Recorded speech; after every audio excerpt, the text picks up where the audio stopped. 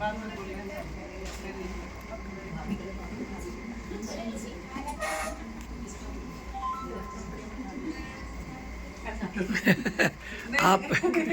खुद पहन लें। हाँ, रंजना भाभी आप मृदुला जी को फॉल उड़ा के सम्मानित करें।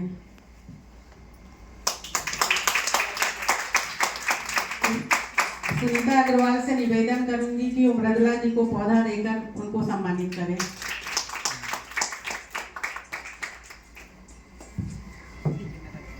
धन्यवाद।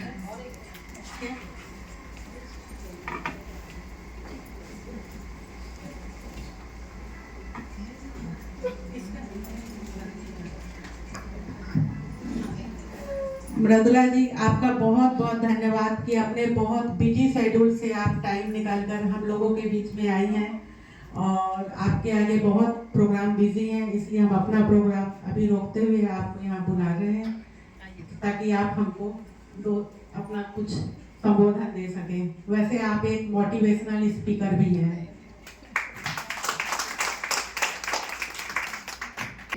उपस्थित प्रेमा भाभी जी, रंजना भाभी जी, अभी मेरे से पहले कुछ समय पहले जो आपको पूरे साल भर के कार्यक्रमों की विस्तृत जानकारी दे रही थी राधिका, छोटी बहन राधिका कृष्णा जी, सामने बैठे बुधा राजा मंडल के अध्यक्ष और सचिव और उपस्थित सभी मारवाड़ी मंच की महिला मंच की बहनें, आप सभी को शुभ संध्या, नमस्कार। आज हम दिन भर, अभी थोड़ी देर पहले परिचय में बताया गया कि माननीय श्री धर्मेंद्र प्रधान जी यहाँ से लोकसभा प्रार्थी सांसद का चुनाव लड़ रहे हैं, तो आज उन्होंने अपने साथ यहाँ के विधायक प्रार्थी और रेंगाली के विधायक प्रार्थी ऐसे 3 लोगों ने आज अपना नॉमिनेशन जो नामांकन पत्र होता है वो आज दाखिल किया। तो उसके लिए दिन भर हम रैली में व्यस्त थे। आने के बाद मुझे लग रहा था शायद मैं लेट तो नहीं होगी, मेरे पास कुछ लोग बैठे थे, मैंने कहा नहीं आपको बाद में मिलूंगी, मेरे को 5:30 तक वहाँ पहुँचना है, मैं शायद लेट हो रही हूँ। तो हम जल्दी में यहाँ आए। बहुत अच्छा लग रहा है। आपका जो साल भर के कार्यक्रमों का विवरण सुना, मारवाड़ी समाज आज से नहीं, महिलाएं सिर्फ नहीं, पूरा मारवाड़ी समाज पूरे देश भर में खुद के लिए तो एक अच्छी जीविका अर्जन करते ही हैं, बट उस जीविका अर्जन करने के साथ साथ समाज में जो हमारी आर्थिक स्थिति है उसको भी एक उच्चतर स्तर तक पहुंचाने में देश भर में मारवाड़ी समुदाय का बहुत योगदान रहता है। और हमारी इकोनॉमी को बढ़ाने के लिए आपका जो योगदान है वो तो सराहनीय है ही है। उसके साथ साथ अभी मारवाड़ी समाज से देख के, वैसे तो सनातन धर्म में, सनातन संस्कृति में, हिंदू धर्म में दान की एक अलग महत्ता है। कहीं भी आप किसी भी समाज में देखिए जो सनातन धर्म को मानने वाले हैं, हमारे घर में अगर खाना भी बनता है, वो जब परोसा जाता है तो हम पहला निवाला एक गाय के लिए, एक कुत्ते के लिए, एक कौवे के लिए, ऐसी मान्यता के साथ हमारे शास्त्रों में भी ये लिखा हुआ है। तो ऐसी सामाजिक संस्कृति की धरोहर के परिस्थिति में आप लोग अपना सहयोग हमेशा देते हैं। समाज में अपने लिए कमाने का तो सबके यहाँ प्रचलन है, मगर मारवाड़ी समाज एक ऐसा है जहाँ वो अपने लिए तो कमाते ही कमाते हैं, मगर समाज के उत्थान के लिए, समाज में जिन लोगों को जरूरत है उन लोगों की सहायता के लिए भी मारवाड़ी से उनको दे पाए, ये कार्य जो मारवाड़ी समाज कर रहा है उसके लिए आप सब सराहना के पात्र हैं।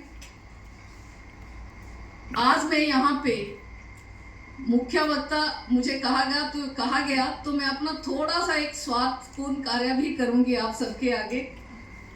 आप सभी को मालूम है कि हमारा देश भारतवर्ष वर्ल्ड्स लार्जेस्ट डेमोक्रेसी है, सबसे बड़ा गणतंत्र है, और गणतंत्र दिवस का जो सबसे महत्वपूर्ण पर्व होता है वो होता है चुनाव। तो आप सब लोग आजकल अपने पड़ोस में, अपने शहर में एक चुनाव का माहौल देख रहे होंगे। अभी नहीं तो कुछ दिनों के बाद आपके दरवाजे पे हर दूसरे दिन कोई ना कोई आता रहेगा, जी हमें वोट देना, हमें वोट देना। तो मैं आपके दरवाजे तक पहुंचने में समय है, इसलिए आज आप सब लोग इकट्ठे मिले हैं तो मौका नहीं चूकूंगी।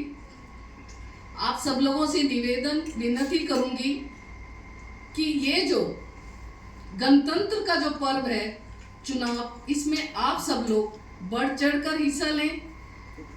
हमें कहा जाता है कि सभी प्राणियों में श्रेष्ठ मनुष्य करके अपने इन कर कमलों से अपने देश में एक ऐसी सरकार का, अपने प्रदेश में एक ऐसी सरकार का चयन करें।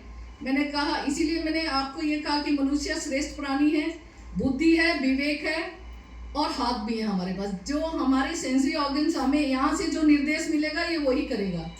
तो इन तीनों का प्रयोग करके, बुद्धि, विवेक और कर कमलों का प्रयोग करके आप एक ऐसी सरकार चुनिए जो आपके हितों की, आपके सम्मान की, आपकी सुरक्षा की, और सबसे बड़ा हमारे राष्ट्र की, जिस देश में हम रहते हैं उस राष्ट्र की जो सबसे अच्छे तरीके जो बढ़ा सके, ऐसी सरकार का आप चयन करिए। 25 मई को आप इसीलिए आप 2 वोट देंगे, एक सांसद प्रार्थी के लिए, एक विधायक प्रार्थी के लिए। मैं आपको बिल्कुल नहीं कहूँगी कि आप मुझे ही वोट दीजिए, मैं इतना जरूर कहूँगी कि आप ऐसे प्रार्थी को चयनित करिए जिसको चयन करने से आपको 5 साल तक बिल्कुल भी शोक ना हो, बिल्कुल भी आपको पछतावा ना हो कि हमने अपना मत जो था किसी ऐसे व्यक्ति को दे दिया जो इसके काबिल ही नहीं था।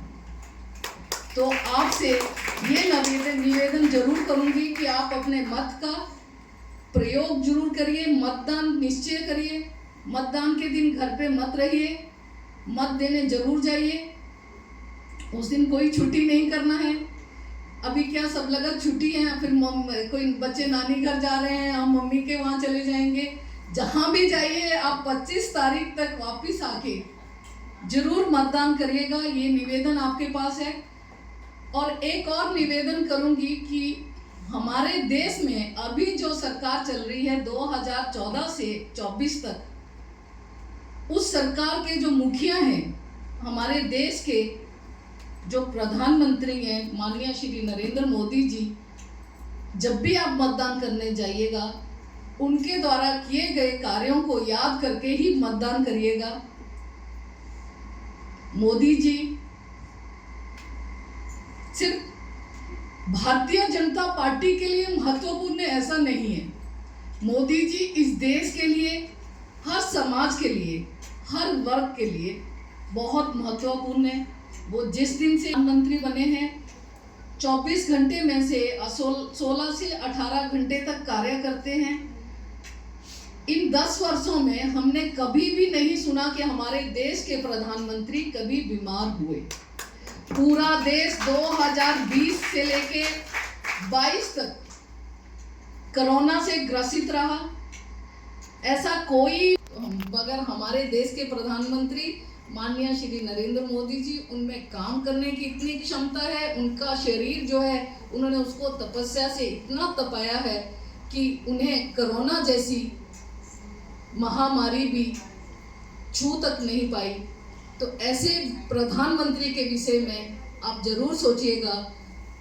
और जब देश में कोरोना का कोविड आया तो पूरी दुनिया में हाहाकार मच गई। बहुत सारे देशों में समझ ही नहीं आ रहा था कि हम क्या करें। यहाँ भी हमारे भारतवर्ष में भी हमारे पास पीपी किट सफिशिएंट नहीं थी, हॉस्पिटल्स में ऑक्सीजन कंसेंट्रेटर नहीं थे, आईसीयू बेड्स नहीं थे।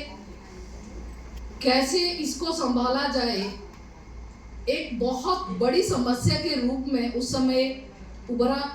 मगर हमारे देश में उस समय जो नेतृत्व कर रहा था सरकार, उस सरकार ने इस विपदा को भी, इस त्रासदी को भी जिस तरीके से संभाला, जिस तरीके से हम सब लोगों को स्वास्थ्य सेवा कर्मी थे उनके लिए पीपी किट बनी, प्लस विदेशों में भी हमारे देश की निर्मित पीपी किट गई। उस समय बहुत सारी माताओं बहनों ने भी अपने कलनरी स्किल्स से, कुछ लोगों ने अपना उसको एक प्रोफेशन भी बना लिया, जिनमें जो जो हॉबीज थी उसको डेवलप करके। मैं ऐसी बहुत बहनों को जानती हूँ जिन्होंने कोरोना काल में खाना बनाना शुरू किया, किसी ने बेकिंग शुरू की, बाद में वो उनका एक व्यवसाय बन गया। मैं जब बोलती हूँ तो मैं ऐसे ही सोच के बोलती हूँ कि मैं सब जानती हूँ, सामने वाला कम जानता है, इसीलिए कॉन्फिडेंस के साथ बोल पाती हूँ। ऐसा नहीं है आप कम जानते हैं, मैं अपने मन को समझाने के लिए ऐसे बोलती हूँ कि आपको शायद नहीं जानकारी होगी, मुझे जानकारी है। वो जानकारी, मुझे ये वैक्सीन बनाई, प्लस 172 कंट्रीज को भी हमारे देश के नेतृत्व ने वैक्सीन भिजवाई और उनसे कोई पैसा नहीं लिया, फ्री ऑफ कॉस्ट वैक्सीन दी। और हम सब लोग सनातन धर्म को मानने वाले हैं, हिंदू धर्म में आस्था रखते हैं। प्रभु श्री राम हम सब के आराध्य हैं, उन्हें ऐसे ही मर्यादा पुरुषोत्तम राम नहीं कहा जाता है।